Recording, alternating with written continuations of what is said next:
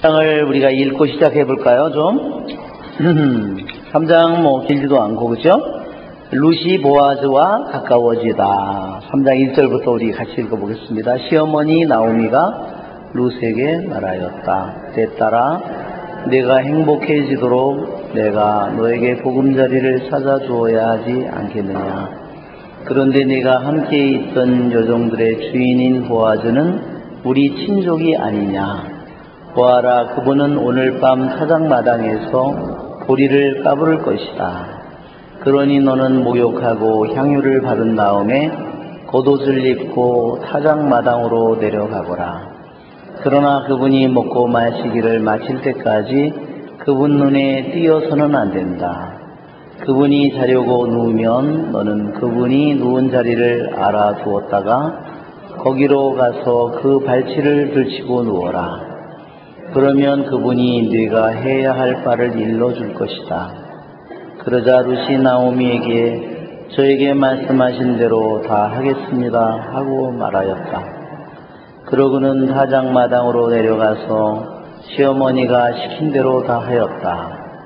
보아즈는 먹고 마시고 나서 흡족한 마음으로 보리가리 끝에 가서 누웠다. 룻은 살며시 가서 그의 발치를 들치고 누웠다. 한밤중에 그 남자가 한기에 몸을 떨며 웅크리는데 웬 여자가 자기 발치에 누워있는 것이었다. 그래서 넌 누구냐 하고 묻자 여자가 저는 주인님의 종인 룻입니다. 어르신의 옷자락을 이 여종 위에 펼쳐 주십시오. 어르신은 구원자이십니다 하고 대답하였다. 그러자 보아즈가 말하였다. 내 딸아, 너는 주님께 복을 받을 것이다. 내가 가난뱅이든 부자든 젊은이들을 쫓아가지 않았으니 내 효성을 전보다 더 훌륭하게 드러낸 것이다. 자, 이제 내 딸아, 두려워하지 마라. 내가 말하는 대로 다 해주마. 온 마을 사람들이 내가 훌륭한 여인이라는 것을 알고 있다. 그런데 내가 구원자인 것은 사실이지만 너에게는 나보다 더 가까운 구원자가 있다. 이 밤을 여기에서 지내라. 아침에 그가 너에게 구원 의무를 실행한다면 좋다. 그렇게 하라지. 그러나 그가 만일 너에게 그 의무를 실행하려고 하지 않는다면 주님께서 살아계시는 한 내가 너를 구원하마. 아침까지 여기에 누워있어라. 그래서 룻은 일어나심까지 그의 발치에 누워있다가 사람들이 서로 알아보기 전에 일어났다. 타작마당에 이 여자가 왔었다는 사실이 알려져서는 안 된다고 보아즈가 말하였기 때문이다. 그때 보아즈가 내가 쓴 너울을 이리 내어 붙잡고 있어라 하고 말하였다. 룻이 그것을 붙잡자 그는 보리 6개를 퍼서 거기에 담아주고 마을로 들어갔다. 룻이 시어머니에게 오자 내 딸아 어떻게 되었느냐 하고 시어머니가 물었다. 룻은 그 남자가 자기에게 해준 일을 모두 이야기하였다. 그리고 시어머니에게 빈손으로 가서는 안 되지 하시면서 이 보리 6개를 저에게 주셨습니다 하고 말하였다. 그러자 나오미가 말하였다. 내 딸아, 일이 어떻게 될지 알게 되기까지 잠자코 있어라. 그분은 오늘 안으로 이 일을 결마짓지 않고 가만히 있지 못할 것이다. 예, 아주 이 장면이 아주 익사이팅한 그런 장면입니다. 아주 영화에 보면 가장 흥미진진한 그런 장면입니다. 한밤중에 이 일이 일어났죠? 새벽까지 뭐예요? 아무 일도 없이 첫날 밤에 그냥 잤네 이런 우리들 하는 거 마냥 그렇게 됐어요.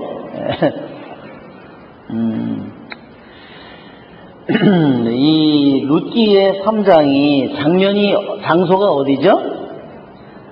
타작마당이죠? 1장의 장소는 어디죠? 시작이 이스라엘에서 모압으로 떠나죠? 모압에 가서 모든 것을 다 잃고 난 다음에 1장의 6절인가서부터 다시 베들레헴에 풍년이 들었다는 그런 소식을 듣고 다시 돌아가기로 마음을 먹죠. 그래서 바로 이 이야기가 모압 땅에서 다시 이스라엘의 베들레헴으로, 그 다음에 다시 2장에서는 어디로? 이삭 축제를 하러 보리밭으로 가죠. 그 다음에 오늘은 4장 마당에 이 장면이 이어지고, 다음 장면에는, 그 4장에서는 어떻게 되냐면요, 결혼식이 이루어집니다. 자, 이 장면, 이거를 보면, 루키가 얼마나 이 내용이, 이 장면들이, 자, 모압 땅은 무슨 땅이에요? 죄의 땅이죠? 죄와 악의 땅이에요. 죽음의 땅이에요. 모든 것을 다 잃게 돼. 거기 가서 모든 것을 다 잃었어요. 그 죽음의 땅으로부터 어떻게 이뤄요? 이스라엘로 되돌아가면서부터 뭐가 생겨요? 이삭 축기가 생기고, 그 다음에 이제는 축복이, 모든 것이 다 열리죠? 이 보리밭에 이삭 축기를 가면서 이삭만 죽은 것이 아니라 거기서부터 모든 것이 열리게 되고, 그 다음에는 오늘의 여기가 2장, 이것이 여기가 1장, 말하자면 여기가 1장, 이것이 3장, 4장, 그 다음에 결혼식으로.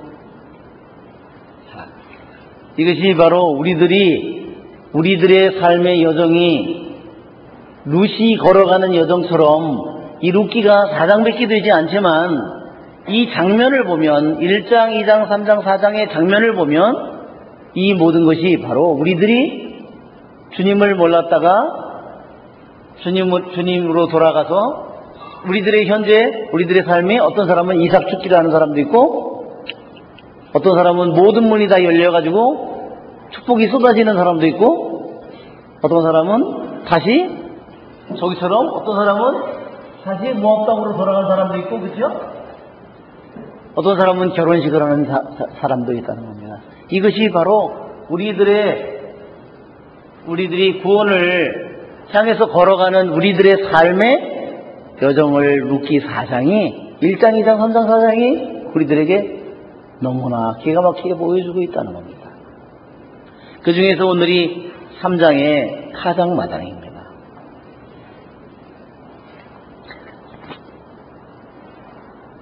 그래서 2장은 보리밭에서 이삭 죽기를 시작하지만 3장에서는 이제 타작을 하는 겁니다.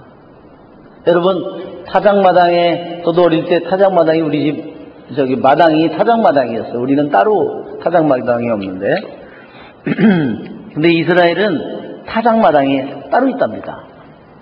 이 사람들은 여기에 이게 타작하는 장면이죠.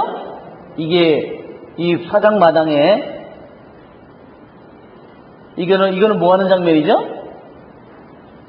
이게 새스랑으로다가 타작한 나달과 거기에 지푸라기 들어 껍질이 같이 있기 때문에 알곡만 따로 하기 위해서 키질을 하는 거예요. 휙 집어 던지면 바람이 불면서, 그러니까 껍질은 날아가고 알곡은 밑으로 떨어지는 겁니다. 이게 말하자면 키질을 하는 그러한 장면이에요. 자, 이것도 일종의 키질이죠. 이렇게 하면은 여기에 흙먼지라든지 껍질이라든지 이런 것들은 바람에 날아가 버리고, 그 밑에 떨어지는 거는 나달이나 물론 돌도 떨어지겠지만 그러게.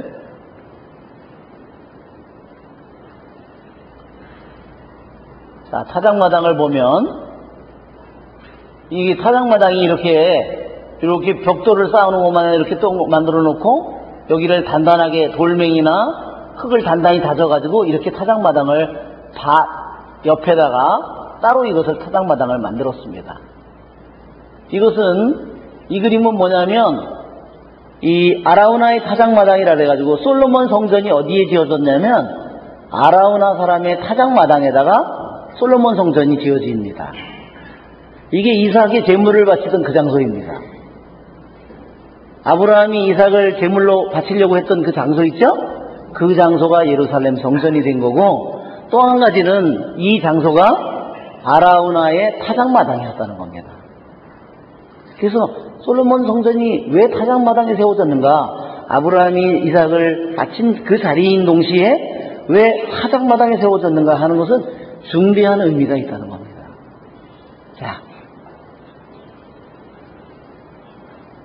그래서 이 일은 다윗이 자기 군대의 병력이 너무나 많은데 어느 날 유혹을 받아가지고 병력의 숫자를 확인하고 싶었어요. 하느님을 믿고 그냥 자기 병력이 하느님이 자신에게 준 힘을 믿었으면 되는데 병력을 확인하고 싶은 거예요. 그래서 자기 밑에 있는 장수에게 조사를 시켰어요. 아니 그거 할 필요 없다고 그러는데도 무기석을 했습니다. 그걸로 인해서 하느님의 벌을 받습니다.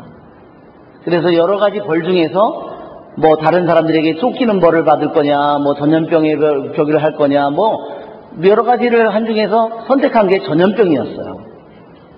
그래서 전염병이 나중에 어디까지 왔냐면 수만 명을 죽이고 바로 아라우나의 타작마당에까지 죽음의 천사가 칼을 들고 있는 것을 보는 순간에 하느님이 멈추라고 했어요. 거기에 그래서 다윗 왕은 그 장소를 잊을 수가 없었어요. 그 장소에 바로 나중에 솔로몬 성전을 짓게 되는 겁니다. 자, 우리 타작마당을 아직 하나밖에 못 봤죠. 이것도 타작마당이에요. 네, 오늘 이게 타작마당에 오늘 누워있는 그런 장면이에요.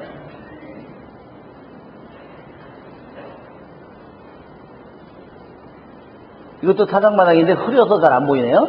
이게 아라우나의 타작마당이라고 이렇게 소가 끌고 가고 있죠?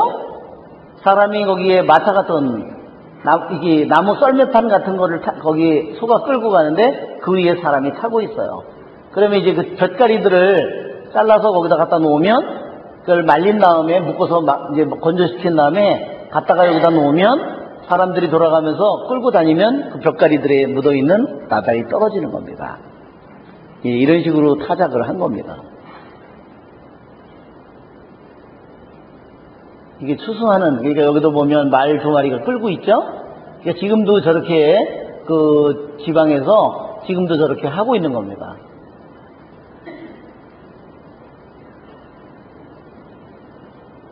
네, 타작마당의 그런 모습을 우리가 이제 봤는데,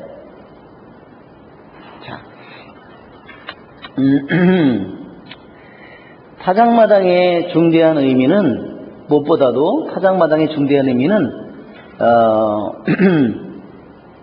타작마당이 땅의 축복이 있죠. 하늘의 축복, 땅의 축복 있는데 땅의 축복, 하느님께서 1년 동안 수고한 곡식이든 포도든 무화과든 모든 올리브든 그 모든 축복을 주었을 때 그것들이 다 열매를 맺어서 그거를 거두어 드리는 것이 타작마당이에요. 그래서 타작마당에는 뭐냐면 축복의 장소입니다. 축복을 다 거두어 드리는 그러한 장소입니다. 또 한편으로 타작마당은 두 번째 중대한 의미를 가지고 있는데, 하나는 뭐냐면 알곡은 모아서 곡간에 드리고 쭉종이는 나중에 어떻게 하죠? 모아서 불에 태워버리는 겁니다. 그래서 추수하는 그 과정을 보면 이스라엘 사람들이 옛날에 2000년 전에 추수하던 과정을 보면 이제 다 익은 곡식을 이렇게 자르는 거예요. 자른 다음에 그거를 자른 것을 묶는 겁니다. 묶어서 세워놨어요. 이유는 뭐냐면 그것이 마르도록 그것을 건조시키는 겁니다. 그러니까 아직 거기에 수분이 있기 때문에 나달이든 이 줄기든 거기에 수분이 있기 때문에 그거를 잘 말리기 위해서, 그렇지 않으면 그것이 그냥 창고에 들어가면 어떻게 되냐면 썩어버리는 겁니다. 그래서 꼭 자른 다음에 그걸 바닥에다 그냥 놔두지 않고 꼭 묶어서 그것을 이렇게 세워놓은 거예요. 그리고서 그거를 이제 말르면 그것을 타작마당으로 옮겨가는 겁니다. 그 다음에 타작마당으로 옮겨가면 그것을 타작을 하는 거예요. 타작을 하고, 그 다음에 타작을 한 다음에는 그것을 이제 쇠스랑이나 이걸로 까불어서 그거를 어떻게 하냐면 키질을 해가지고 골라내는 겁니다. 그래서 버릴 거와 이 창고에 들어갈 거를, 포대에 집어넣을 거를 이제 말하자면 바람을 이용해서, 바람의 저기를 이용해서 그것을 까부는 거예요. 키질을 하는 겁니다. 그 다음에 곡식을 모아서 그 다음에 그것을 자루에 담고 그 다음에 창고로 그걸 가져갑니다. 그 다음에 나머지 남는 것은 뭐만 남죠? 예, 쭉정이하고, 그래서 그러한 쭉정이는 나중에 불에 데우고 그 다음에 타작마당에서 대개 잔치를 했다는 겁니다. 그리고 그 다음에 거기서 춤을 추고 축제를 벌인 겁니다. 이것이 그 사람들의 축제, 추수 과정이었습니다. 그러니까 이 사람들에게 있어서 아주 타작마당이라고 하는 것은 오늘날 우리들이 뭐 야구장, 축구장 이런 것만큼 말하자면 동네의 놀이공원 이런 것처럼 아주 마을 사람들에게 아주 중요한 장소였어요. 저도 어릴 때 추수 때가 되면은 제일 많이 기다린 게 그 다음에 떡을 해 먹잖아요. 얘는 옛날에는 진짜 이 떡을 해 먹는 게 정말 큰 축복이라서, 그래서 밤에 잠을 잘 때 오늘 어느 집에서 떡을 안 가져오나, 그리고 시골에서 살 때 그리고 기다리고 있었습니다. 추수가 끝나면 항상 떡을 해서 집집마다 돌렸습니다. 그러니까 우리 이 이스라엘도 이러한 농경사회에서 이러한 추수하는 것이 그 사람들에게 가장 행복하고 중요한 시간 중에 하나였습니다. 그런데 이 중에서 특별히 그래서 타작마당은 이렇게 중대한 의미를 가지고 있는 겁니다. 자, 이스라엘 사람들에게 타작마당은 하나의 축복의 장소인 동시에 또 하나는 무슨 장소예요? 심판의 장소입니다. 그래서 이 성경 안에요, 타작마당이라는 말이 수백 군데에 나옵니다. 구약성경, 신약성경에 합쳐서 타작마당이라는 게 수백 군데 나옵니다. 묵시록에까지 나옵니다. 그러니까 무슨 말이냐면 우리도 예루살렘 성전이 왜 타작마당인가? 그러니까 한번 생각해 보세요. 어떤 사람은 알곡은 모아서 하느님 안으로 들어가고 어떤 사람은 어때요? 어떤 사람은 하느님에게 심판을 받는다는 뜻입니다. 일례로 우리들이 영성체를 해도 그래요. 어떤 사람은 영성체를 해도 그 영성체가 그 사람에게 축복이 되지만 어떤 사람의 영성체가 뭐가 될까요? 심판이 되는 겁니다. 그래서 내가 말할 때 그러자면 분명히 대죄가 있다고 한다면 내가 분명히 영성체를 하지 말아야 돼요. 그것이 그래야 축복이 나한테 될 겁니다. 그죠? 마지막 날에 우리도 바로 묵시록에 있는 것처럼 우리들도 타작마당에 곡식이 무르익었습니다. 낫을 대십시오. 그렇죠? 그러니까 낫을 대어 휘두르자 곡식이 거두어졌다. 포도가 무르익어서 그러니까 포도를 거두지요. 그렇죠?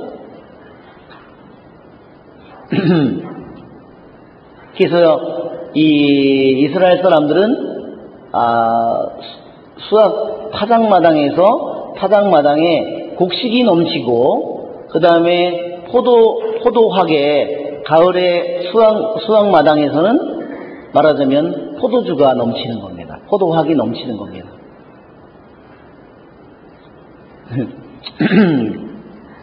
그래서 우리들이 이 세 번째 장이 타작마당이라는 것을 우리들이 기억하면서 시작을 합니다.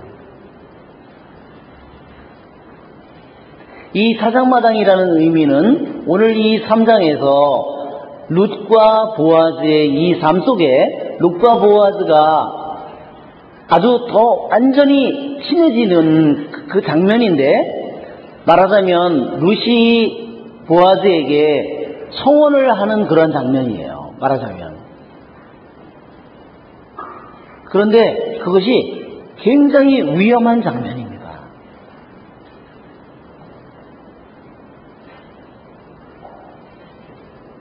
잘못하면 커다란 죄를 지을 수 있기도 한 그런 장면이에요. 그래서 말하자면 모든 것을 다 망쳐버릴 수 있는 그러한 장면이기도 합니다. 자, 이 추수 타작마당이 왜 위험한 장소이냐면, 왜 그런 면을 가지고 있냐면, 2000년 전에도 그랬지만 3000년 전에도 이 룻기가 쓰여진 이 당시에도요, 도둑들이 타작마당에 와서 다 타작해놓은 걸 갖다가 훔쳐갔다는 겁니다. 우리나라도 그러죠? 고추 농사 죽으라고 할아버지 할머니들이 죽으라고 농사 져놨더니 다 따가지고 나중에 말려놓으니까 어떻게 됐어요? 다 그냥 곡식을 다 해놨더니 훔쳐가고 그런 일이 생기는 것처럼, 옛날에 그런 일들이 없었는데 우리나라에 어떻게 그런 일이 정말 생기는지 몰라요. 끔찍한 일이죠. 근데 이스라엘 땅에는 더 그런 일이 많았다는 겁니다. 특히 자기네 나라 힘이 약해졌을 때 옆에 있는 나라 사람들이 와서 그런 일을 자주 약탈질을 했다는 겁니다. 그래서 타작마당에서 잠을 잤다는 겁니다. 왜 잤는지 이해가 되시죠? 얘 1년 농사 짓고 한순간에 다 날아가기 때문에 타작마당에서 꼭 잠을 잔 겁니다. 그것이 오늘 이 룻기 3장의 무대입니다. 그래서 사무엘 상권 23장 1절에도 보면 그 팔레스타인, 필리스틴 사람들이 그를 약탈해가는 그러한 이야기가 거기 나오고 있습니다. 그리고 요엘서 2장 24절에는 타작마당에 밀이 가득하고 포도학의 포도주와 기름이 가득 넘친다는 그런 얘기가 나옵니다. 이게 다 타작마당의 이야기들입니다. 그래서 타작마당은 이 히브리 말로는 고렌이라고 합니다. 고렌.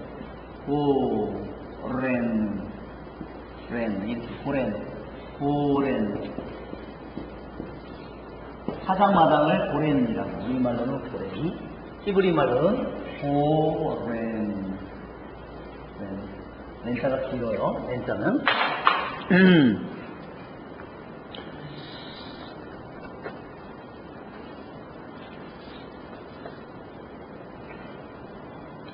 자, 1절을 보면 시어머니 나오미가 룻에게 말하였다. 내 딸아, 네가 행복해지도록 내가 너에게 보금자리를 찾아주어야 하지 않겠느냐.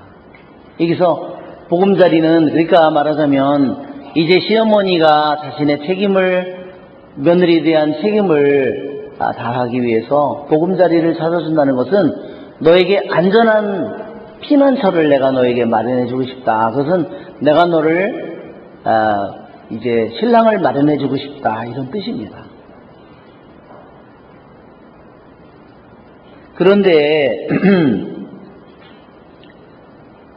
그래서 여기 보면 왜 네가 행복해지도록 너에게 보금자리를 찾아줘야 하지 않겠느냐 그랬느냐면은, 다른 뜻으로는 이렇답니다. 다른 뜻으로는 여자가 결혼을 하는 것이 바로 여기에 보면 보금자리, 여기에 안식이라고 이렇게 되어 있습니다. 원래 말로는 안식이라고 이렇게 되어 있어요. 여자가 결혼하는 것이 안식처에 말하자면 들어간 것과 같다는 겁니다. 행복해지도록. 근데 때로는 여자가 결혼해도 행복해지지 않을 수가 있다는 겁니다. 왜냐? 결혼한 남자가 하느님을 사랑할지를 모르거나 하느님의 법을 지키지 않는다면 그 결혼을 해도 안식을 누릴 수가 없다는 겁니다.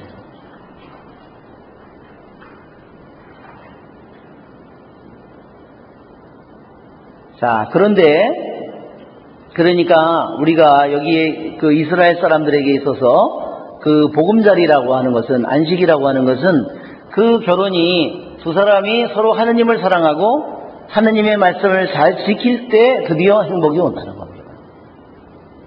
그러니까 결혼을 했다고 반드시 안식이 오는 게 아니다. 왜냐면 우리가 오직 하느님께서 우리의 사람을 하느님을 위해서 내시었기 때문에 우리들의 안식이 오직 어디에 있죠? 하느님 안에 오직 안식이 있는 겁니다. 그러니까 내 영혼아 고요하라, 오직 하느님 안에서 그랬습니다. 그런데 네가 함께 있던 여종들의 주인인 보아즈는 우리 친족이 아니냐. 보아라, 그분은 오늘 밤 타작마당에서 보리를 까부를 것이다. 자, 보리를 까부르는 시간이 우리나라에서는 밤에는 까부르지 않는 것 같은데 이 사람들은 밤에 보리를 까분다고 돼 있어요. 이렇게, 그죠? 이렇게 찍어가지고 휘 이렇게 하면 막 바람에 의해서 그냥 먼지하고 저기는 껍질은 휘 날라는데 여기는 밤에 까부른다고 그랬잖아요. 그죠?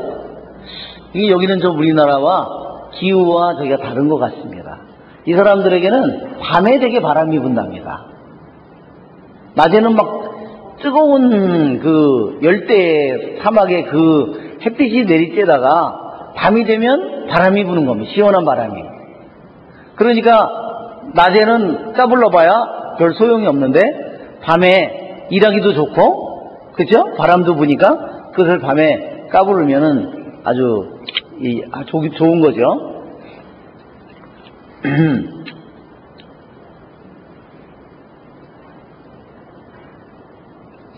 그러니 너는 목욕하고 향유를 바른 다음에 겉옷을 입고 타작마당으로 내려가거라. 예, 시어머니가 작전을 짰습니다. 모든 걸 다 지시했어요. 예? 예, 목욕도 하고, 그 다음에 향유도 바르고, 예, 그 다음에 겉옷을 입고,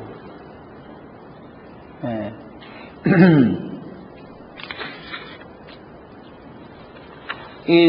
오늘 이 귀절이 우리가 생각할 때는 되게 이렇게 간단해 보이는데 실제로는 간단하지가 않습니다.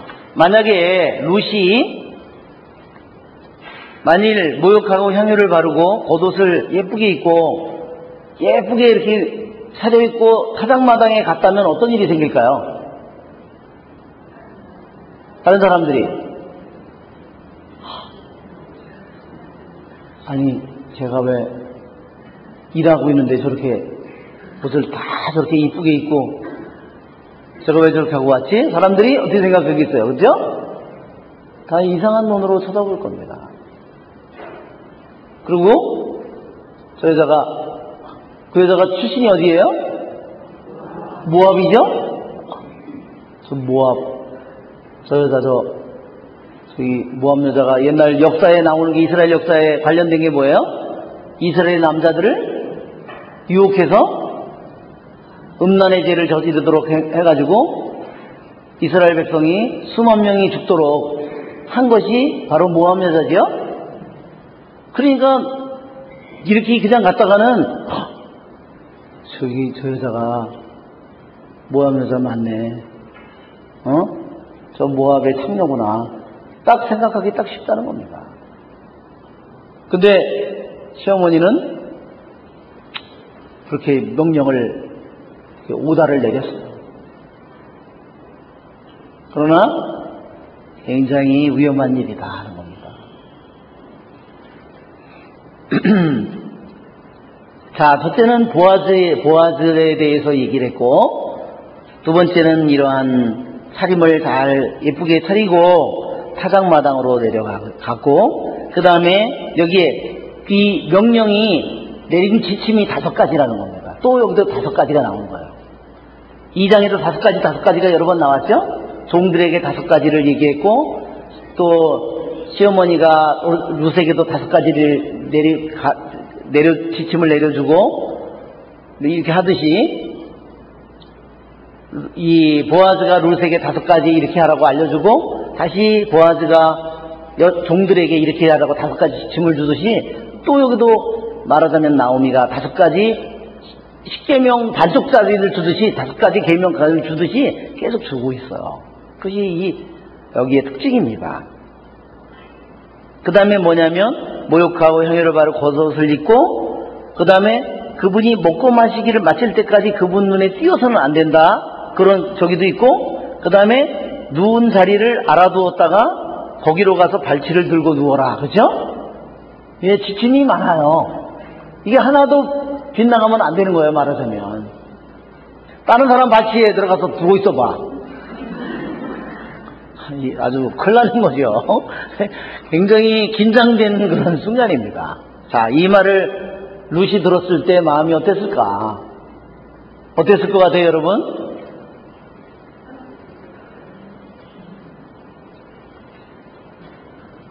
예, 이 룻에는 많은 것을 생각했을 것 같습니다. 그렇죠? 여자로서 자기가 보아스가 분명히 자기를 룻에 대해서 호감을 가지고 있고, 그렇죠? 룻이 어떤 여자인 줄 알고 있죠? 내가 이미 소문을 들어서 알고 있다. 내가 남이 싫어하는 그 시어머니를 그렇게 지극정성으로 모시고 내가 하느님에게로 조국 고향과 친척과 모든 것을 버리고 이스라엘 땅으로 왔다는 걸 안다. 이스라엘은 별로 희망이 없는데 내가 젊은 남자들도 고국에 가면 젊은 남자들도 많은데 그거를 마다않고 이스라엘 사람들은 모함 여자와 결혼하기 싫어할 텐데 그럴 희망도 없는데 네가 여기 이스라엘에 왔다. 바로 이 보아즈는 룻에 대한 모든 것을 이미 알고 있었고 밭에서 그 모든 것을 확인했어요. 그래서 많은 친절과 보호를 베풀어 줬어요. 그런데 이 룻이 보아즈와 꼭 결혼을 해야 된다는 것은 해야 되는 건 아니죠. 그렇죠? 그래서 시어머니한테 이 이야기를 들었습니다. 룻은 마음에 많은 생각을 분명히 했을 겁니다.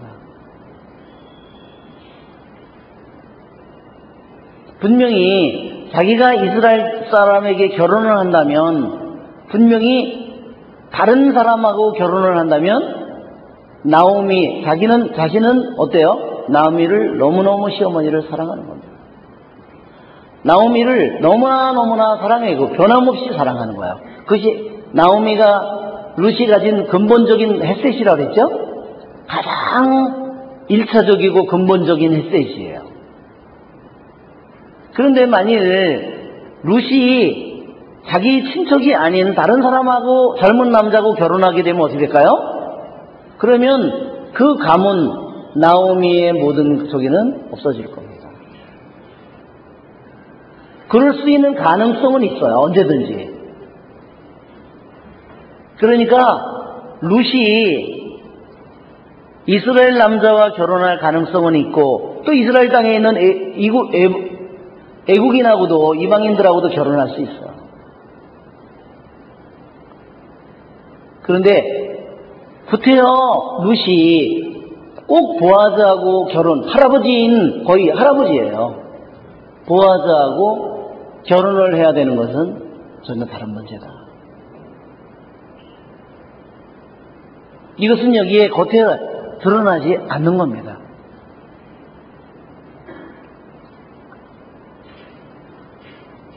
즉 분명히 나오미는 강제로 시킨 것이 아니라 룻이 이미 만일 그것이 이루어질 수 있다면 그렇게 하려고 이미 룻이 마음을 먹었다는 것을 알고 있는 거예요. 그러니까 룻이 한편으로는 정말로 놀라운 점이고 대단한 점입니다. 왜냐하면 룻은 분명히 자기가 젊은 나이에 자기가 그 모압 땅에서 일쓰면서 이스라엘 젊은 남자를 만나서 결혼했습니다. 마흘론과 만나서 결혼했어요. 그죠? 행복한 삶을 살았을 겁니다. 그러나 10년도 되지 않아서 자기 남편이 병들어서 죽는 그 모습을 지켜봤습니다.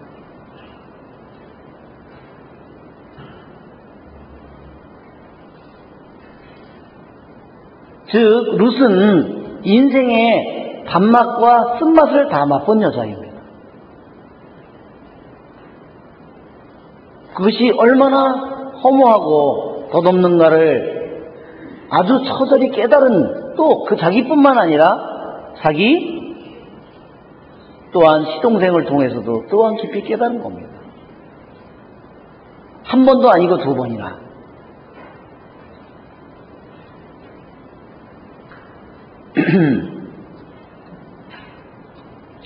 룻은 자기 자신이 오직 고향과 친척과 아버지 집을 떠나서 하느님을 선택하기로 한 룻은 이제 할아버지인 보아즈와 결혼하는 것을 자기가 기꺼이 받아들일 그런 준비가 되어 있는 겁니다. 그것이 룻의 마음이다. 왜? 그는 하느님의 뜻을 이루는 것이 자기의 목표예요. 자기의 개인적인 사랑이나 자기의 개인적인 취미나 자기의 꿈을 이루는 것이 바로 룻의 목표가 아니라는 겁니다.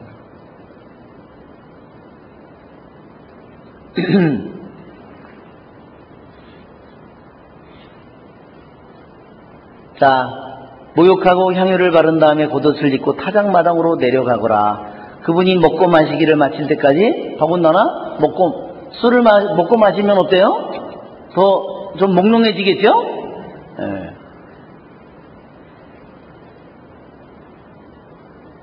그러자 룻이 나오미에게 저에게 말씀하신 대로 다 하겠습니다. 이렇게 되죠. 이것이 바로 룻이 가지고 있는 나오미에 대한 근본적인 햇셋이에요. 룻이 시어머니에 대해서 가지고 있는 변함없는 흔들림 없는 사랑이에요.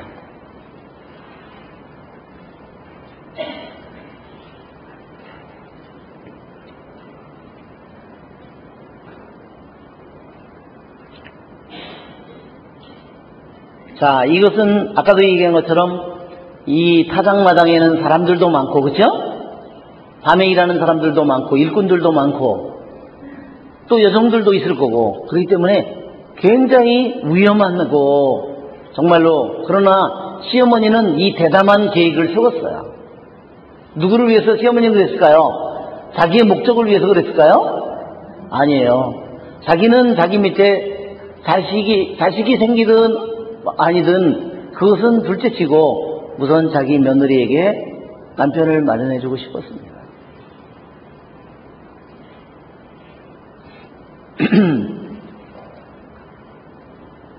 자, 원래 이 성경에는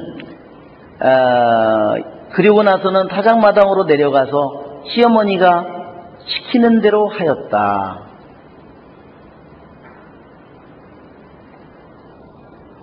자, 여기는 우리 6절에는 그냥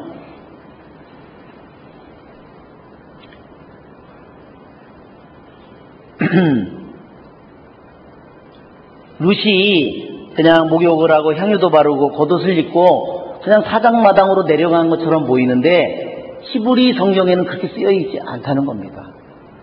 뭐라고 써있냐면 먼저 룻이요 그냥 사장마당으로 갔어요. 그러니까 옷을 다 목욕하고 향유를 바르고 이렇게 한 다음에 간 게 아니라 평상시 차림으로 그냥 갔다는 겁니다.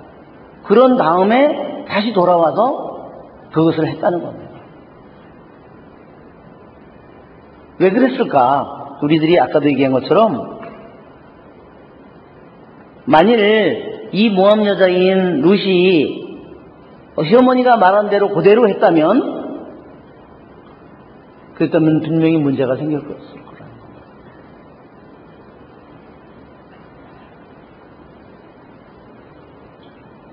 겁니다. 자, 이 타작마당이라고 하는 장소는 바로 우리들의 믿음을 시험하는 장소이고 우리들의 믿음을 정화하는 장소입니다. 자, 타작마당으로 내려가는 일은 룻에게 아주 위험한 일이에요. 이때까지 룻이 정말로 훌륭한 삶을 살았고 아주 하느님의 말씀에 따라서 깨끗하게 살았고 근데 그 모든 것을 한순간에 잘못하면 모든 것을 망칠 수 있는 그런 위험한 시간이에요. 위험한 장소예요. 왜냐하면 특별히 도둑이 많기 때문에 오늘 밤에 자다가 발밑에 누가 있다는 걸 알아봐. 소리 질렀으면 어떻게 했을까요? 그래서 타작마당에 있는 사람들은 대개 무기를 다 가지고 있었다는 겁니다. 칼이라든지. 왜냐하면 누가 갑자기 말을 타거나 뭘 쳐들어와서 하기 때문에 아주 굉장히 긴장되어 있는 그런 장소라는 겁니다.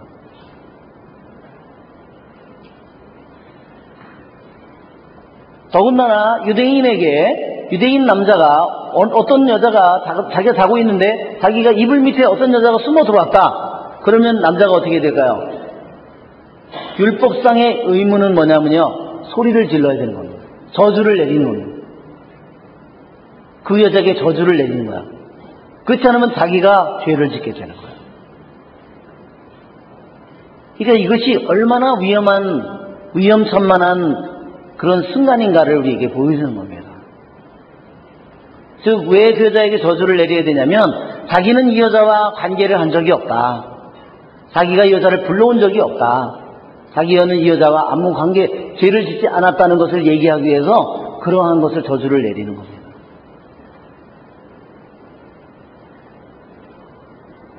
그렇게 된다면, 만약에 어떤 장녀가 와서 그렇게 일을 꾸며서 그렇게 했다면, 한순간에 호레비인 저기는 어떻게 되죠? 자기는 자기의 모든 삶과 명예를 다 잃어버리게 될 겁니다. 그렇죠? 잘못하면 자기의 재산도 잘못하면 다 잃게 될 거 아니에요. 그렇죠? 자, 여기에서 유대인들이 첫 번째 목욕을 한다는 말은 무슨 뜻이냐? 내가 목욕을 해야 된다는 말을 해석하기를, 내가 이때까지 이방인으로서의 모압 여자로서의 삶을 살았기 때문에 내가 이제 이스라엘의 하느님을 받아들였고, 그래서 내가 우상숭배의 모든 더러움을 깨끗이 씻어야 된다 하는 그러한 의미로 해석합니다.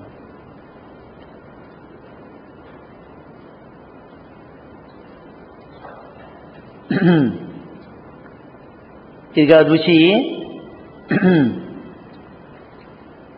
자기 이전에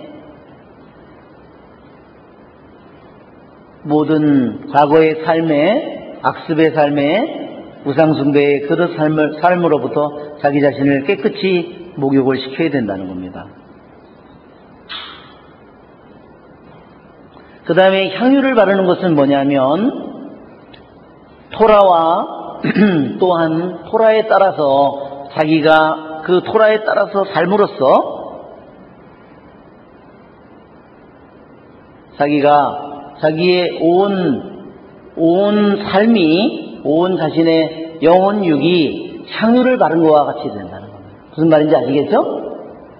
하느님의 말씀을 따르고 하느님의 말씀을 자신이 온 삶으로서, 생각으로서, 행동으로서, 말로서, 자기의 마음으로서 그 모든 것을 토라를 이룸으로써, 말씀을 이룸으로써 자기 자신이 향유 바른 영혼이 된다는 겁니다. 무슨 말인지 아시겠죠? 그래서 언제든지 하늘로 갈 준비를 한 영혼과 같다는 겁니다. 향유를 바른 영혼은. 세 번째로 겉옷을 입은 것은 뭐냐면, 내가 유다인으로서 이제 안식일의 옷을 입은 것이다. 즉 성도들, 아브라함, 이삭, 야곱, 그러한 믿음의 삶을 살았던 그 사람들과 같은 그러한 깨끗한 삶을 살아가는 것을 의미합니다. 자, 여기까지 하고 우리 잠깐 쉬도록 하겠습니다. 이 시어머니 나오미가 룻을 이제 시집을 보내려고 하는데, 되게 이 이스라엘로 돌아온 지 이때가 시기상으로 약 3개월 정도가 지났다는 겁니다. 왜냐면 예루살렘으로 보리가 풍년이 들었다는 얘기를 듣고, 보리 첫 단이 뭐였죠? 이스라엘 축제 중에 초실절이었죠? 니산달 14, 15, 16일 이때 첫 단을 바치고 난 다음부터, 즉 그 다음부터 수확이 이루어지기 시작한다고 그랬습니다. 그래서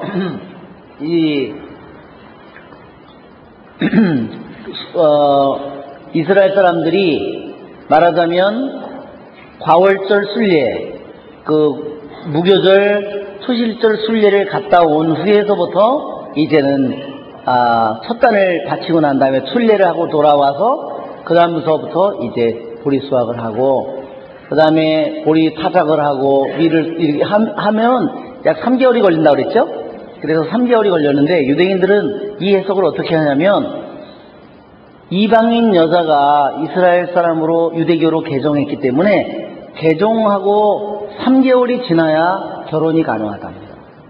왜냐하면 그 여자가 개종하기 전에 이미 임신을 했으면 3개월이 지나야 배가 불러가지고 임신한 사실이 나타나면 그 다음에 결혼이 안 되는 거죠. 말하자면 3개월이 지나는 것을 확인해야 임신하지 않았다는 것을 확인해야 그래서 그 후에 결혼 절차를 시작한 거야. 이렇게 얘기를 합니다.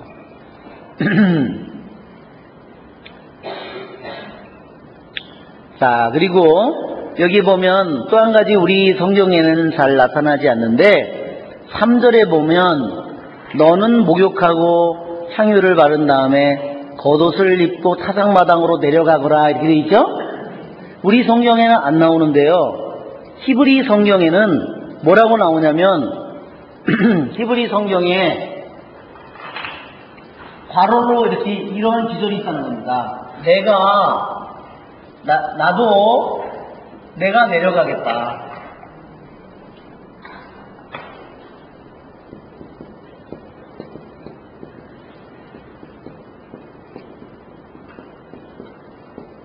자, 이렇게 이 기절이 또 있다는 겁니다.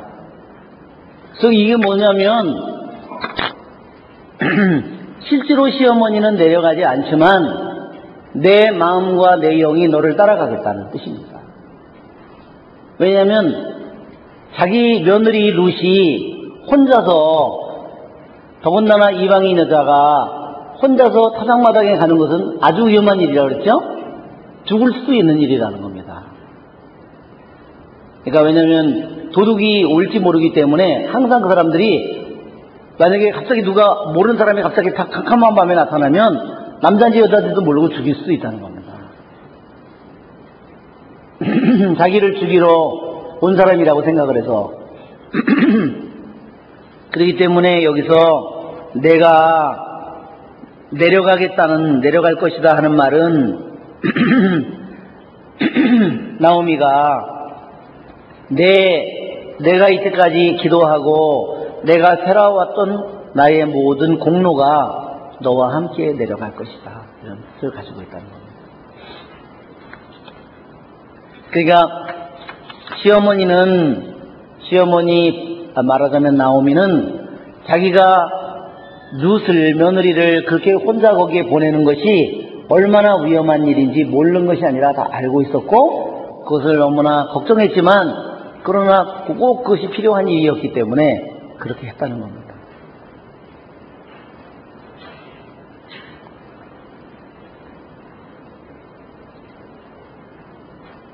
그 다음에 그 당시에는 여자들이요 남자에게 청혼하는 것이 불가능했답니다.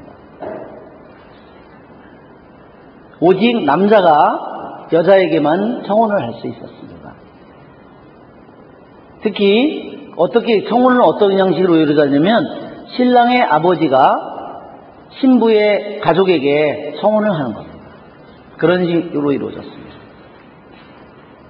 그래서 룻이 저에게 결혼해 주십시오 이런 말을 절대로 할 수 없는 겁니다.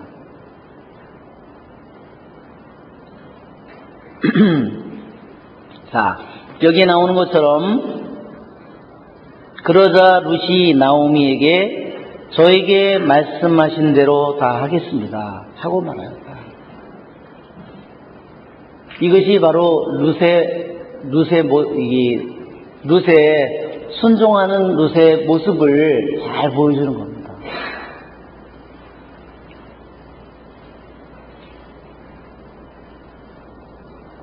그래서 유대인들은 6절에 타작마당으로 내려갔다. 즉 밤중에 타작마당으로 내려가서 발치에 들치고 누워있는 그 모습은 분명히 룻이 주저하는 바가 있었다는 겁니다. 꼭 그렇게 해야 되나? 그렇죠?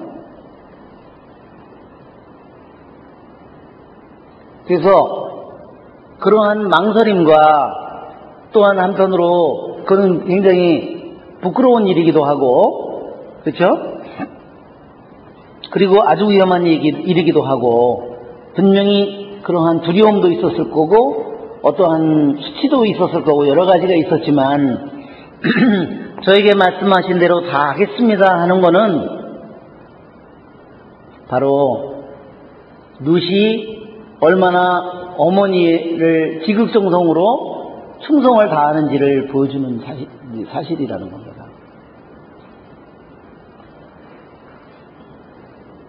그렇게 보아즈에게 결혼을 하라 해달라고 하는 것은 굉장히 부끄럽고 수치스러운 일인데도 어머니가 시키는 대로 하겠습니다 하는 것은 보통의 순종이 아니다 하는 겁니다.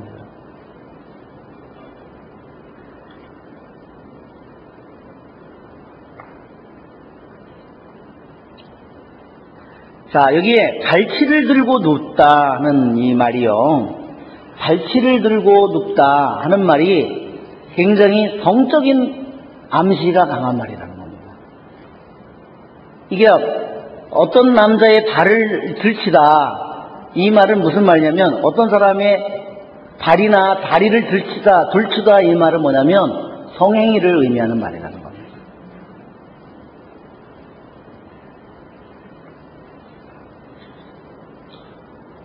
그리고 누워라, 그리고 내가 해야 할 바를 알려줄 거다, 눕다, 안다 이 말이 다 성행위를 암시하는 말이라는 겁니다.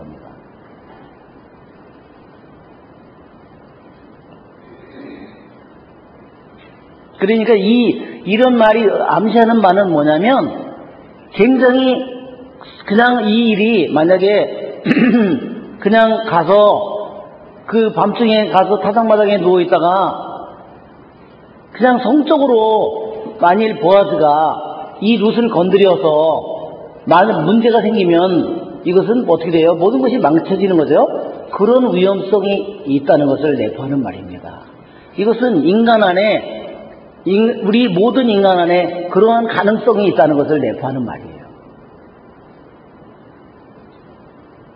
내가 수혼법에 따라서 그러니까 남편이 자식 없이 죽었을 경우에 동생이 형수와 같이 결혼해서 사는 그것이 수혼법이잖아요. 그거를 이제 수혼법에 당신이 그런 구원자가 됩니다 이렇게 얘기를 하는 것이 되지만 잘못하면 남자가 그냥 여자를 강제로 저기 할 수 있다는 겁니다.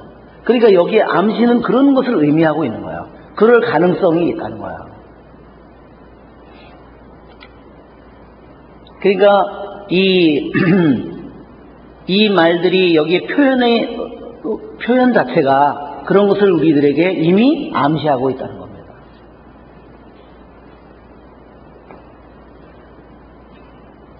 물론 시어머니가 내가 그 사람에게 네가 그 밤에 몰래 가서 네가 잠을 자라는, 말하자면 성적으로 관계를 맺으라는 그런 얘기는 절대로 아니에요. 알았죠? 그러나 이 말 자체가 말하자면 그런 네가 제스처를 암시를 해줘라.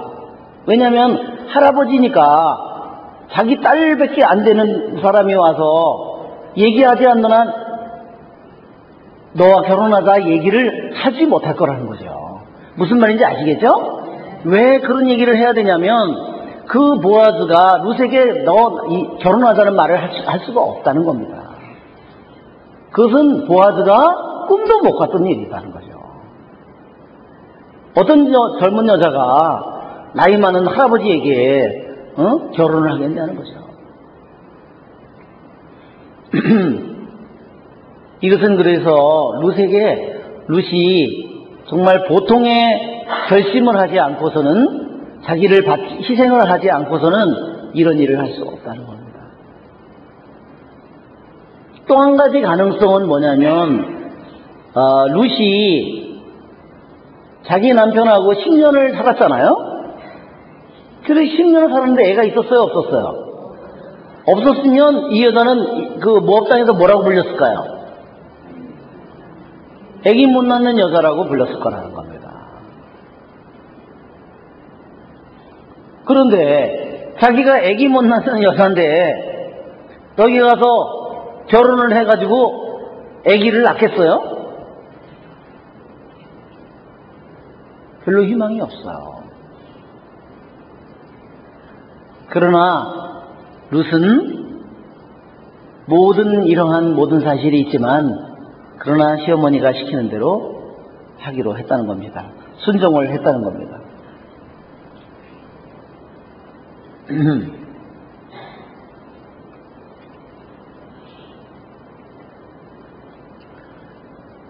자, 5절에 내가 어머니 충고가 이상하게 들리기는 들리지만, 권고가 이상하게 들리지만 나는 그 모든 것을 하겠다 하는 겁니다.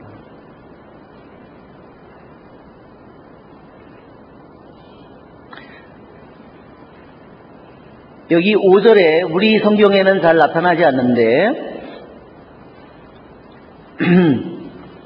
저에게 말씀하신 대로 이렇게 되만 되어 있는데, 거기에 우리 성경에는 번역되어 있지 않는데 거기에 LA라는 말이, 히브리 성경에는 LA라는 말이 함께 들어가 있어요.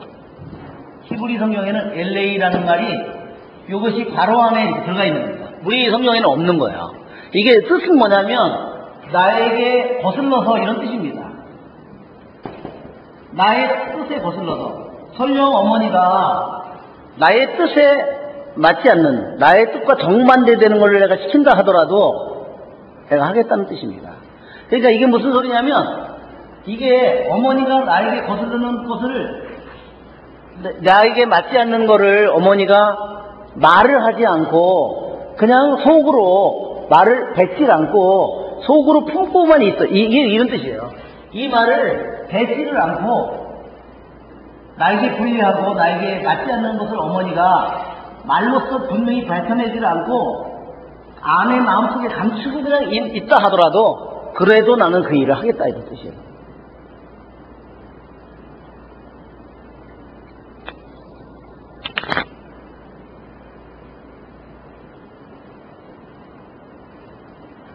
그러니까 LA라고 우리 발음으로는 LA.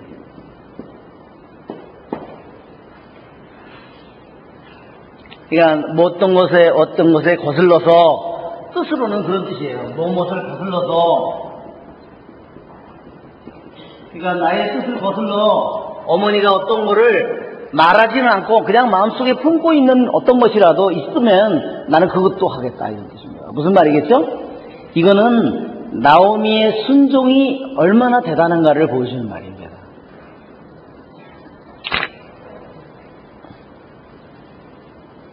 그러니까 여기서 나오미의 순종이 아니라 룻의 순종이죠. 룻이 자기 시어머니의 말을 얼마나 순종하고 있는지를 보여주는 겁니다.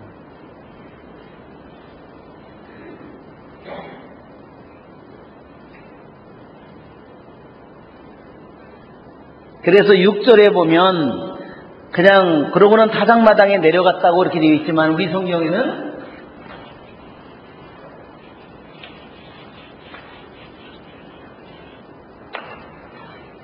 그런데 히브리 성경에는 어떻게 되냐면 그녀는 내려갔다.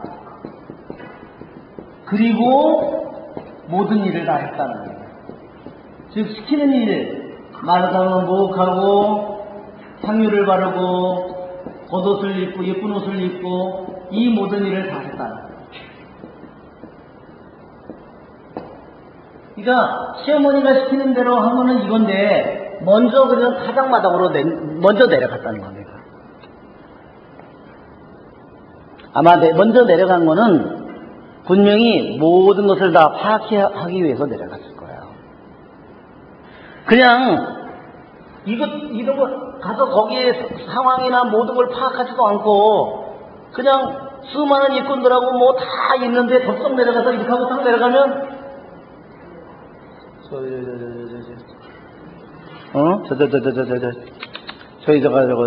그렇죠? 그래서 모든 일을 망치는 거죠. 얼마나 이것을 보면 룻이 얼마나 주의 깊은 영혼인지가 나타나는 겁니다.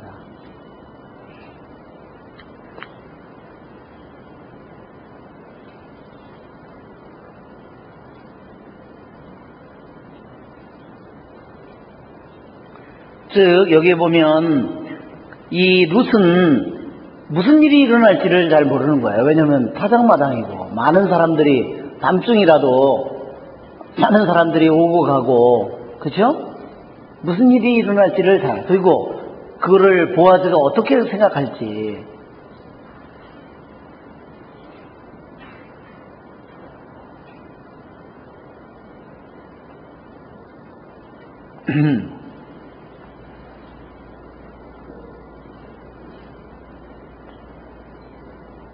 그래서 그녀는 먼저 타작마당에 갔다가 돌아온 후에 성장을 하고 시어머니가 시킨 대로 한 것이다.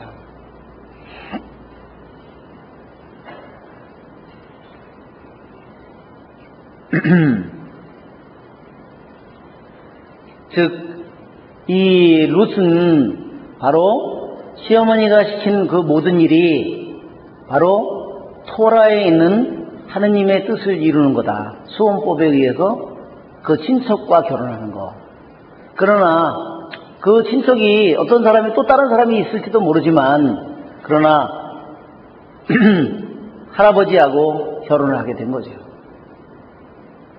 그것이 바로 이 룻이 가지고 있는 시어머니에 대한 헤셋입니다. 그것은 결코 이 룻이 밤중에 보아즈를 찾아간 것은 어떤 경솔한 것도 아니고 부도덕한 것도 아니고 욕정 때문도 아니고 자기의 욕망을 채우기 위해서도 아니고 보아즈의 재산 때문도 아니고 그 무엇도 아닙니다. 오직 그 목적이 룻에게는 목적이 뭐라고요? 네, 토라를 이루는 것입니다. 하느님의 말씀을 이루는 겁니다. 즉 뭐냐면 이 나오미의 가족은 완전히 다 망가진 거예요. 그 가문으로 보면 가문을 보면 무슨 가문이죠? 시작이 유다 가문이죠? 유다 가문의 가장 정말 하느님의 뜻을 이룰 수 있는 가장 그 정통 가문이지만 자기의 아들과 자기의 시아버지, 아니 자기 남편과 자기 시아버지와 시어머니의 잘못된 삶을 통해서 그 모든 것들이 완전히 다 망가진 거예요. 다 풍지박산이 난 겁니다.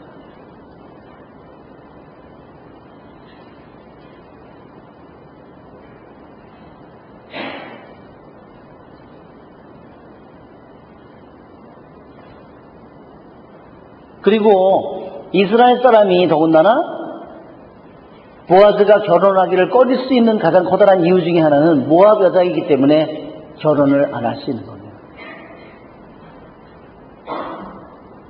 왜냐하면 모압 후손은 말하자면 10대가 되어도 이스라엘의 회중에 들 수 없기 때문에.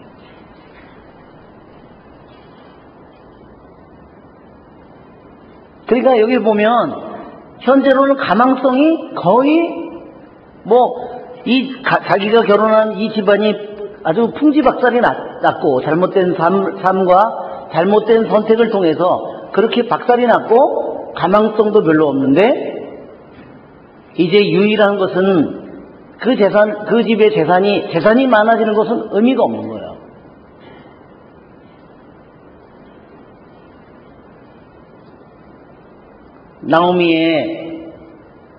나오미에게 자기가 새로운 아들을 낳아줄 수 있는 가능성이 누구에게 있어요?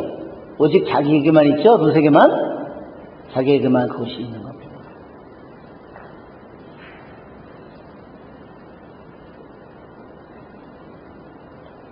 시어머니에게는 아무런 가능성이 없어요. 시어머니가 결혼을 해서 나오미가 결혼해서 애를 낳는다는 것은 그건 거의 불가능해요. 시어머니는 이미 너무 늙었고 시어머니 좋다고 나설 남자도 없고. 거기 갔다가, 그죠? 네. 그리고 또 거지 집안에다가 지금 다 망한 집안인데, 그죠? 어떤 남자가 오겠어요. 그러니까 오로지 유일한 가능성이 눈끝만치 있는 가능성은 루시 결혼하는 겁니다.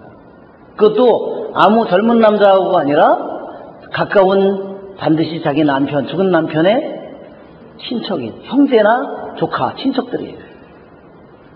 여기 나온 걸 보면 딱 2명밖에 없었다는 거예요.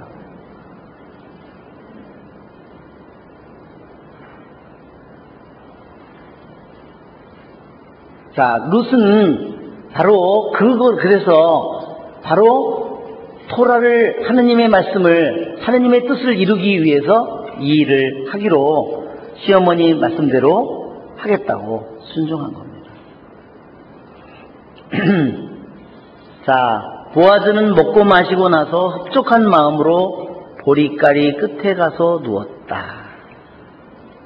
자, 여기 보면 이제 일도 끝나고, 그렇죠? 예, 먹고 마시고, 이게 여기 마셨다는 말이 나오는데 여기 보면 얼마나 마셨을까? 취하도록 마신 것은 아니다. 우리 성경에 나올 여러분 코엘렛 한번 코엘렛을 찾아보세요. 코엘렛 시편 다음에 잠언 다음에 코엘렛이 나오죠. 옛날엔 전도서라고 불렀는데 지금은 또 코엘렛이라고.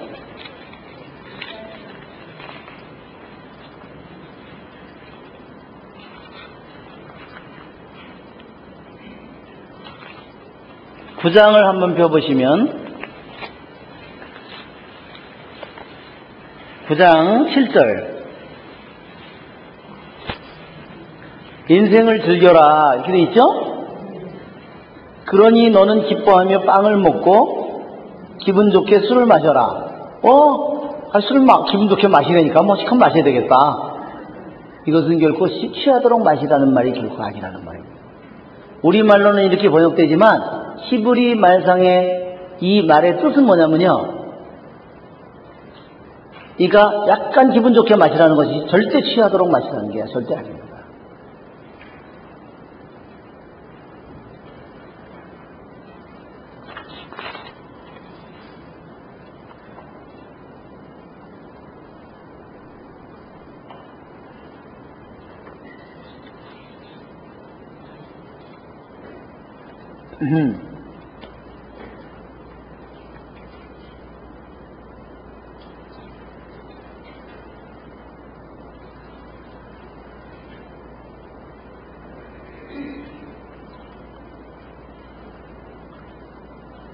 보아즈는 먹고 마시고 나서, 그러니까 서양 사람들이 식사할 때 와인 한 잔 먹죠? 그거를 말하는 겁니다.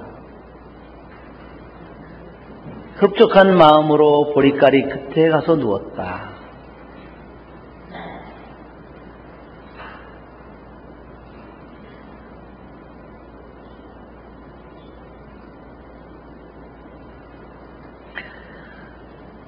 룻은 살며시 가서 그의 발치를 들치고 누웠다. 자, 여기 보면 그분이 누운 자리를 알아두었다가 그랬죠?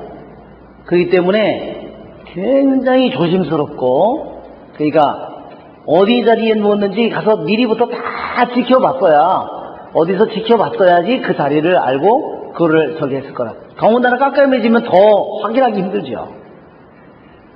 그러니까 분명히 자리를 알아두었다가 분명히 무슨 표시를 해놓지 않으면 나중에 깜깜한데 뭐 어디 가서 누군지 어떻게 알아?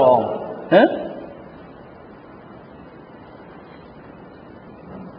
그러니까 이 장면을 생각해 보면 굉장히 가슴이 두근두근 거리는 장면입니다. 그렇죠? 여러분, 우리 성경에는 뭐 그런 말이 한 기절도 없지만 룻이 이 일을 하려고 내려갔다가 다시 돌아와서 이걸 차려입고, 그렇죠? 또 가서 그것을 사람들 눈에 띄지 않게 그것을 지켜보고, 그렇죠? 가서 뭐 여종들하고도 얘기를 하고, 그렇죠?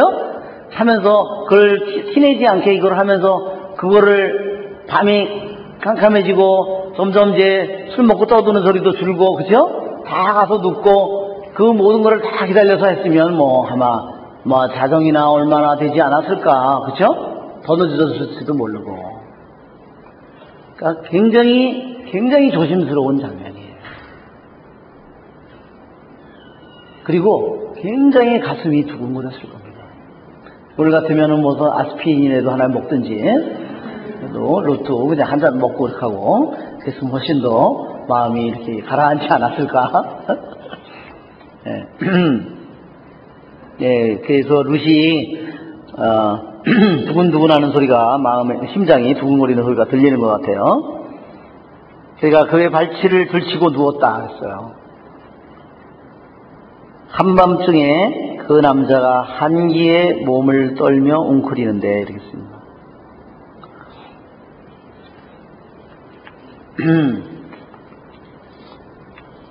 자, 여기에 한밤중이라는 말은요, 뭐를 상기시키냐면, 이스라엘 백성이 10가지 재앙 중에서, 에집트를 탈출할 때 10가지 재앙 중에서 마지막 재앙이 뭐죠? 한밤중에 시작하죠?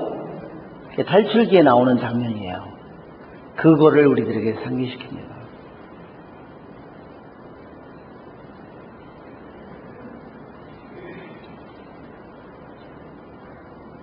그리고 남자가 한기에 몸을 떨며, 그것은 이거를 떨었다는 말이 나오는데, 이 떨었다는 말이 또 무엇을 상기시키냐면요, 이삭이 축복을 줬어요. 야곱에게 축복을 줬는데 에사온 줄 알고 축복을 줬죠? 나중에 큰아들이 돌아와서 아버지 음식을 만들어 왔습니다. 그 나중에 어때요? 떨어요. 부들부들 떱니다. 그 장면을 우리에게 상기시킵니다. 이 단어가. 떤다는 말이. 한밤중에가 탈출기 12장 29절, 탈출기 12장 29절을 한번 보세요. 탈출기 12장 29절. 에집트의 맏배 아들을 맏배 짐승이나 맏아들을 모두 치는 그 장면. 한밤중에 주님께서는 이집트 땅의 맏아들과 맏배를, 곧 왕자에 앉은 파라오의 맏아들부터 감옥에 있는 포로의 맏아들, 짐승의 맏배까지 모조리 치셨다. 자, 이것은 뭐냐면 한밤중에 하느님께서 내려오시는 거예요. 즉 뭐냐면 구원을 하시기 위해서. 즉 이것은 뭐냐면, 그래서 룻기에서 이 한밤중은 그래서 무엇을 의미하냐면, 한밤중에 하느님께서 굉장히 어때요? 위태위태하고 다 망가진 상태이지만 한밤중에 하느님께서 이 룻과 나오미의 가족을 구원하기 위해서 내려오는 장면을 우리에게 상기시킨다는 겁니다. 떠오르게 한다는 겁니다. 그 장면을 보면 굉장히 두렵고, 그렇죠? 가슴 떨리고 두근두근거리고 굉장히 어둡고, 그렇죠? 아주 캄캄한 밤인데,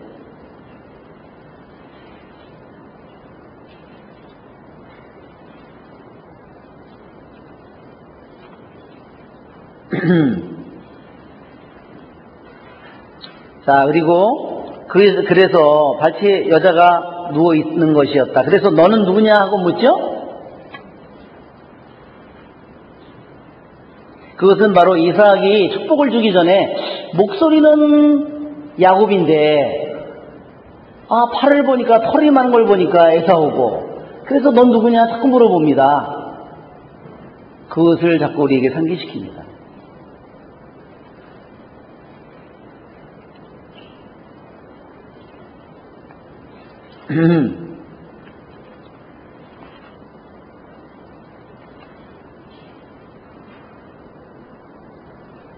즉 이삭이 야곱에게 주는 축복의 장면을 우리들에게 상기시킨다는 겁니다. 이것이 바로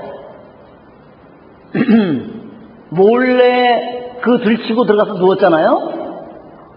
야곱이 자기를 숨기고 하는 것처럼 자기 아버지 이삭을 통해서 축복을 받는 장면이라는 거예요. 그러니까 룻이 하느님께로부터 그거를 들치고 딱 들어가서 있는 그 장면이, 그 표현들이 한밤중에 몸을 떨고 너는 누구냐 하는 이 귀절들이 다 겉의 장면으로 보면 굉장히 캄캄하고 어둡고 두근거리고 무서운 장면이지만, 그러나 이것이 구원의 장면이고 하느님께서 이 룻을 구원하는 그 장면이기도 하고 고해하는 구원의 장면이고, 이것이 바로 축복을 내려주는 장면이다. 무슨 말인지 아시겠죠? 이 표현을 그래서 탈출기와 창세기에 있는 이 기절들을 그대로 갖다 쓰는 이유가 그러한 뜻을 여기에 담고 있다는 거예요. 자, 웬 여자가 다 발치해 놓여 있는데 묻자 저는 주인님의 종인 룻입니다. 그랬어요. 그러면서 어르신의 옷자락을 이 여종 위에 펼쳐주십시오. 아까 그랬죠? 만일 밤중에 캄캄한데 남자인지 여자인지도 모르면 도둑일지도 모르고 칼로 찌를 수도 있다 그랬죠? 너무나 위태로운 순간이라 그랬어요. 그러나 나오미가 그렇게 얘기했을 때 위험한 것은 알지만 사람들에게 눈에 발각될 수도 있고 너무나 위태로운 순간이지만, 그러나 하느님께서 지켜주시리라고 룻은 믿었다는 겁니다. 하느님께서 보호해 주시리라고 믿었다는 겁니다.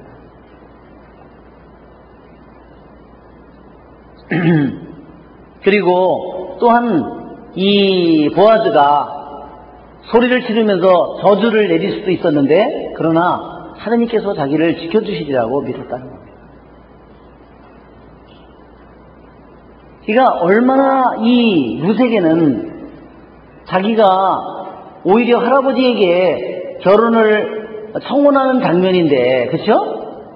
오히려 되려 떨고 있는 것은 룻이에요.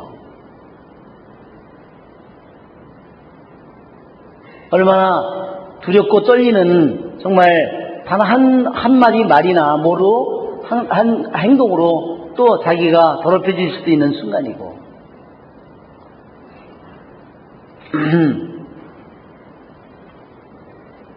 또한 한편으로 보아즈에게도 굉장히 위태로운 순간입니다. 보아즈는 왜냐하면 자기의 이불 밑에 웬 젊은 여자, 룻이라는 젊은 여자가 있어. 너무나 아름다운 여자가 자기 발 밑에 이불에 같이 이불을 덮고 있는 거예요. 그때 어땠을까요? 유대인 랍비는 해석하기를 여기에 보아즈가 내적으로 굉장히 전투를 내적으로 싸움을 했다는 겁니다. 왜? 그래 나도 혼자고 이 여자도 혼자인데 뭐 어때? 그래 이 여자가 내가 저기 한 것도 아니고 이 여자가 왔는데 그래서 잠을 자지 뭐. 내가 옷을 벗고 옷도 거의 다 벗었는데, 그러고서 여자와 그러한 내적으로 심한 갈등을 겪었다는 겁니다.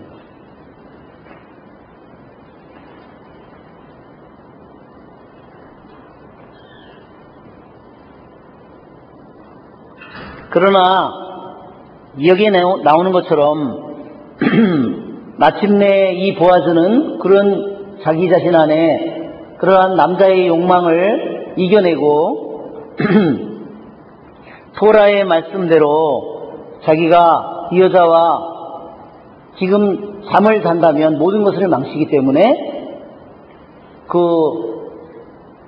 고엘의 법, 즉 가까운 구원자가 자기보다 더 가까운 구원자가 있기 때문에 자기는 그 사람의 결정, 만일 자기가 먼저 그런 일을 한다면 자기가 죄를 짓는 거예요.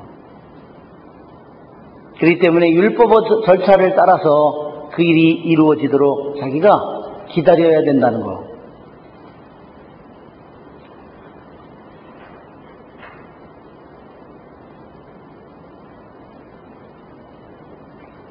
자, 여기 있는 것처럼 어르신의 옷자락을 저에게 덮어주십시오. 옷자락을 지난번에도 얘기했죠? 이 옷자락이라는 말이요, 카납이라고. 우리 지난번에 오늘 프린트물을 여러분 보시면, 오늘 프린트물을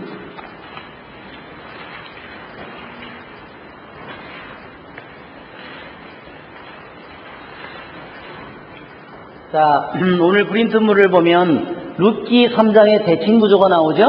한번 우리 한글 파일을 보여주시면, 자, A1, 나오미가 룻을 가르친다. 그 다음에 A2를 밑을 보면, 나오미가 룻을 다시 가르침. 이렇게 돼 있죠? 그러니까 이게 대칭되도록 내용이 돼 있습니다. 그래서 대칭 구조예요. 유대인들이 이런 구조를 아주 좋아하는 겁니다. 그 다음에 B1을 보면, 룻이 나오미를 떠나 타작마당으로 가고, B2를 보면, 룻이 거꾸로 타작마당을 떠나 나오미로 가고, 그죠? D1, D2를 보면 룻이 자기의 정체를 밝힌다. 넌 누구냐? 그러니까 캄캄한 밤중에 그의 날개를 펴 덮어달라고. 우리는 여기에 날개를 펴 덮어달라고 그랬죠? 이 날개라는 말 대신에 이거를 옷자락이라고, 또 이게 이 카납이라는 말이 두 가지 말을 같이 포함하고 있다는 겁니다.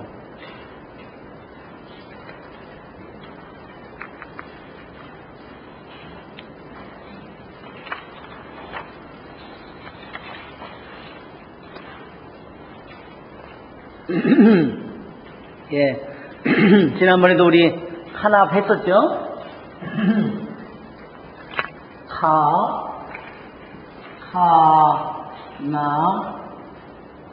하납, 이 하납프라는 말이 하납, 이 말이 날개라는 말도 되고 옷자락이라는 말도 됩니다.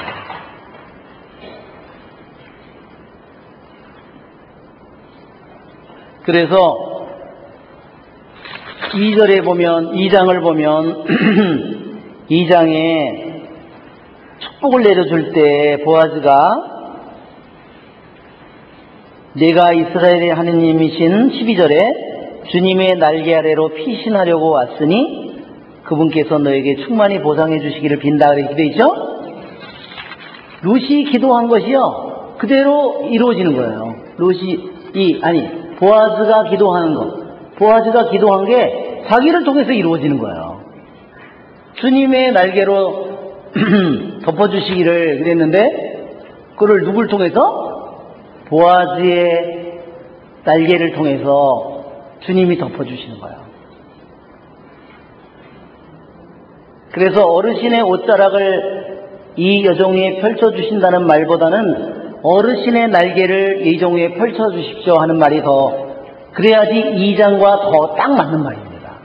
우리말로는 어르신의 옷자락이라고. 날개라는 말이, 우리 옷이 날개라는 말이 있죠? 그래서 옷이 날개입니다. 네. 어르신의 옷을 저에게 덮어달라는 겁니다.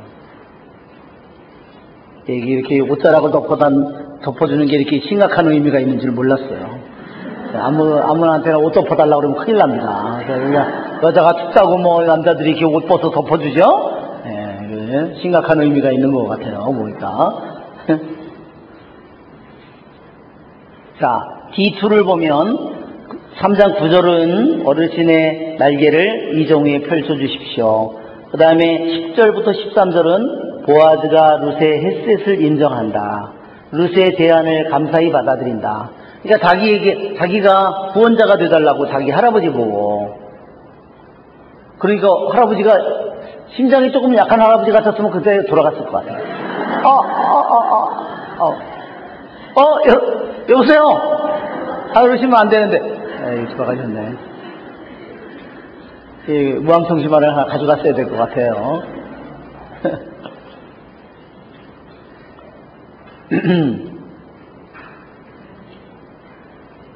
자, 이제 여기에 우리가 이 룻기 3장의 전체 구조를 볼 때 가장 핵심이 되는 기절은 뭐죠?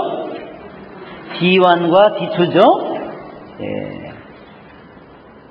룻이 캄캄한 한밤중에 넌 누구냐? 그랬는데 너무나도 뜻밖의, 너무나 아름답고 매력적이고 너무나 사랑스러운 룻이 자기 발치에 들어와서 있고 자기에게 구원자가 되달라고, 말하자면 다른 말로 얘기하면 자기의 신랑이 되달라고 하는 거 아니에요. 너무나 기가 막힌 일이죠. 그죠? 아마 그림에는 여기 뭐 저기 나오지 않지만 입이 숨을 못 쉬었을 것 같아요. 그 다음에 보아즈가 거기에 대해서 답을 합니다. 룻의 햇셋이 나타나고요. 또 한 가지 정말 여기에 이 이야기에 3장 이야기에 이 어떤 변화가 일어나는 것은 뭐냐면 자기 말고 더 가까운 구원자가 있다는 거예요.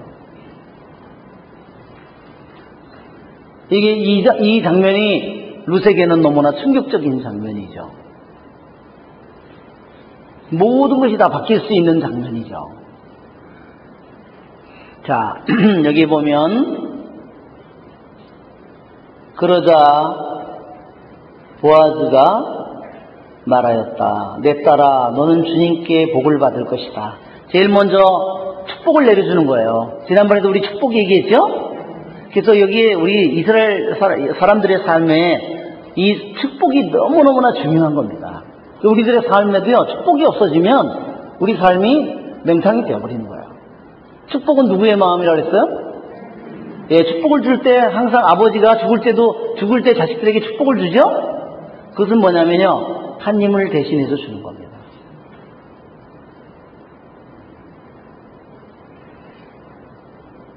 우린 죽으면서도 남을 저주하면서 증오하면서 죽을 수 있잖아요. 그것이 인간에게 있는 가능성이에요. 내가 나에게 피해를 준 사람들을 평생 원망하면서 죽을 수 있는 거예요. 근데 여기 보면 이 야곱이 자기 아들들이 모두 다 잘한 건 아니에요. 그렇죠? 아버지 자기의 첩도 건드린 놈이 없나? 그러면 어때요? 그렇죠? 평생 원망하고 저주해야죠. 이는 싸가지 없는 놈이, 그죠? 그러나 아버지가 죽는 순간에 마지막으로 축복을 준다는 겁니다. 그러니까 이 축복이라고 하는 것은 우리들이 얼마나 중요한 건지 몰라요. 왜냐하면 축복한다는 이 자체가 뭐냐면 하느님 아버지의 마음이에요. 그러니까 우리가 축복을 하면 할수록 우리가 하느님의 마음을 닮아가는 겁니다. 축복을 하지 못할수록 나는 어떻게 해요? 자기 세계 속에서 갇혀서 사는 거예요. 이기적인 내 삶을 살아가는 겁니다. 내가 오늘 이 순간에도 전 세계의 모든 사람들을 내가 축복해 줄 수 있다는 겁니다. 아셨죠? 내가 말씀을 듣고 축복을 해줄 수 있고, 내가 영성체를 하고 축복을 해준다면 그것은 더욱더 강하겠죠. 내가 내 자식에게만 축복을 해주는 것이 아니라 이 세상에 있는 모든 자녀들에게 축복을 해줄 수 있다는 겁니다. 그것이 우리들이 축복이라고 하는 것은 우리들에게 너무너무나 많이 열려있는 거예요. 예수님께서 하나님 아버지에게 빵을 들고 감사를 드리고 축복하신 다음 그랬죠? 그렇습니다. 감사와 축복과 이 모든 것이 우리들의 삶 속에 언제나 가득히 흘러넘쳐야 됩니다. 내 딸아, 너는 주님께 복을 받을 것이다. 분명히 여기서도 말하랬죠? 내 딸이라고 그러죠? 2번이나 내 딸이라고 나옵니다. 내가 가난뱅이든 부자든 젊은이들을 쫓아가지 않았으니 내 효성을 전보다 더 훌륭하게 드러낸 것이다. 여기 효성이라는 말이요, 햇셋이에요. 히브리 말로.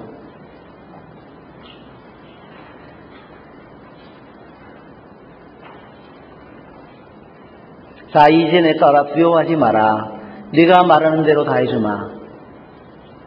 온 마을 사람들이 내가 훌륭한 여인이라는 것을 알고 있다. 자, 여기서 나타나는 것처럼 내 딸아 2번 나오죠? 그것은 아주 심한 나이 차이를 이미 내포하는 말입니다. 우리가 뭐나 영화나 이런 데서 보면 젊은 남자로 보아즈가 나옵니다. 그것은 약간 내용이 변질된 겁니다. 그러니까 로맨틱 스토리로 변행된 건데 그것은 그렇지 않고, 그것은 분명히 여기에 나온 것처럼 보아즈가 사람들에게 얘기할 때 항상 뭐라고 그러냐면 젊은 남자, 젊은 여자, 그렇죠? 항상 이렇게 얘기합니다. 그게 10몇 번 나온다 그랬죠? 11번인가? 나온다 그랬죠? 그것은 보아즈가 할아버지라는 것을 의미하는 거예요. 저도 환갑이 지났습니다. 할아버지입니다.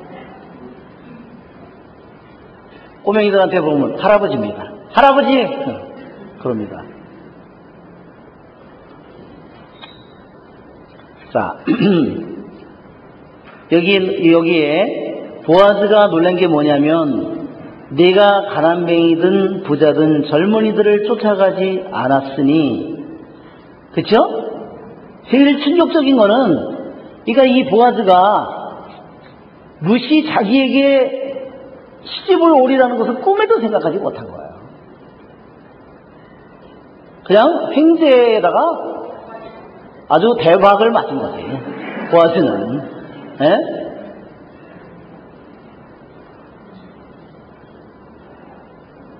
꿈에도 생각하지 못한 일이 일어난 겁니다.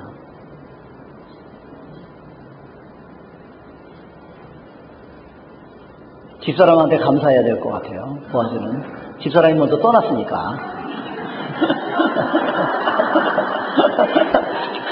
그러니까 룻과 나오미가 돌아오던 날 누가 죽었다 그랬죠?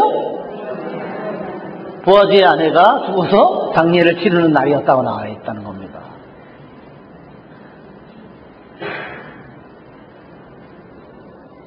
아마 보아즈의 아내가 축복을 해줬나 봐요. 여보, 나보다 더 이쁜 여자를 만나, 나보다 더 잘하는 여자를 만나, 이렇게 축복을 해준 것 같아요. 자,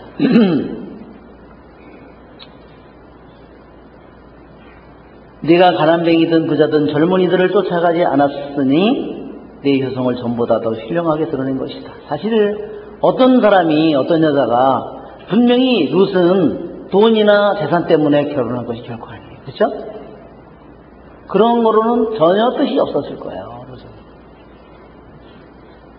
그리고 얼마나 고결한 영혼인지를 이미 이 보아즈가 알고 있었기 때문에 자기가 아무리 재산이 많다고 해서 자기에게 절대로 시집올 그런 여자는 결코 아닙니다. 그리고 욕망 때문이라면 더군다나 할아버지하고는 결혼하지 않겠죠.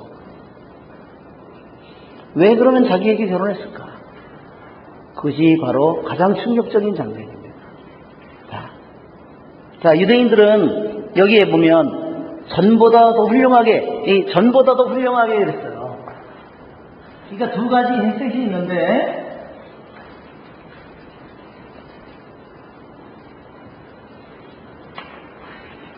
자, 룻이 보여준 룻의 햇셋이에요.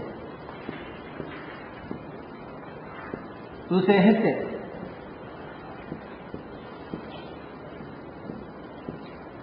룻의 햇셋이 두 가지인데, 첫 번째 햇셋이 있고, 두 번째 햇셋이 있어요.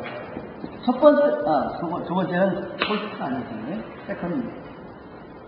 자, 첫 번째 햇셋은 뭐고, 두 번째 햇셋은 뭐냐, 이거예요.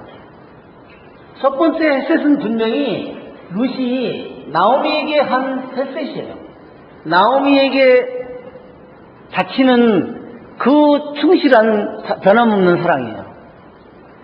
이거를, 이 햇셋을 뭐라고 그러냐면 계약의 사랑이라고 그래요.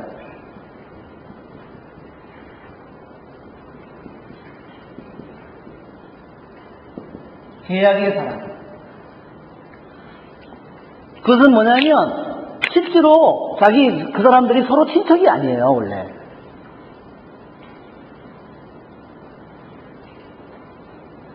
그것은 서로 같은 민족도 아니고, 원래 친척도 아니고, 원래 나오미하고 룻은 서로 같은 민족도 아니고 같은 친척도 아니죠?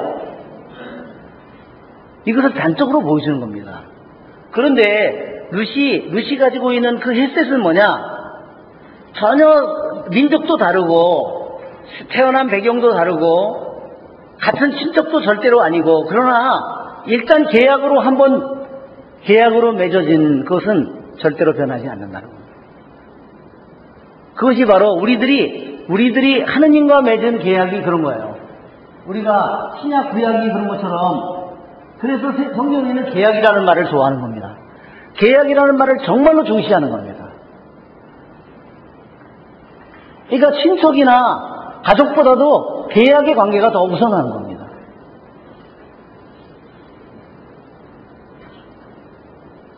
왜냐하면 이스라엘이 율법을 어기거나 이랬을 때 어떻게 하죠? 금송아지, 황금송아지 이런 거 사건이 일어났을 때 어떻게 하죠? 모세가 내 형제든 친척이든 내 형이든 동생이든 내 가족이든 다 찔러 죽이라고 그래요. 뭐가 우선이죠? 하느님의 토라가 우선입니다. 하느님보다, 하느님의 토라보다 더 우선하는 것이 있으면 그것은 그 사람은 하느님에게 갈 수가 없습니다. 이것이 개혁의 사랑이에요. 그래서 아버지나 어머니를 나보다 더 사랑하는 사람은 내 사람이 될 자격이 없다.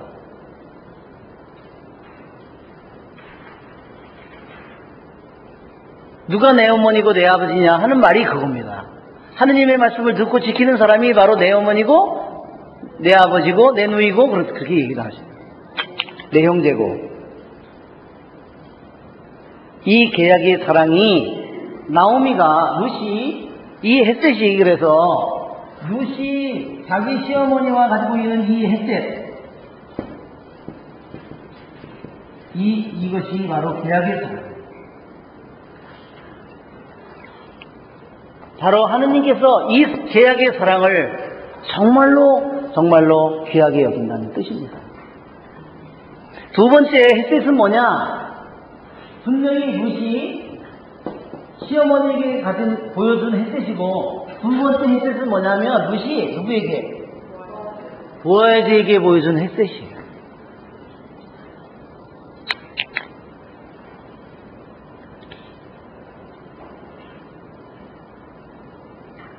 그것은 너무나 놀라운 겁니다. 즉 그것은 루시 자기의 인생을 완전히 다 바쳤다는 것을 의미해요. 자기의 사랑이든 자기의 젊음이든, 그쵸? 자기의 성향이든, 그쵸? 어떤 여자가 늙은 할아버지하고 결혼하려고 하겠어요? 그것이 나오미의 햇셋이라는 겁니다.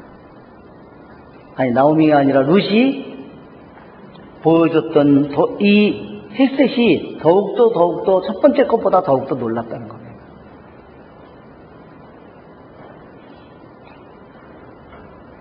자, 오늘 53분 여기까지 돼서 여기까지만 해야 되겠습니다.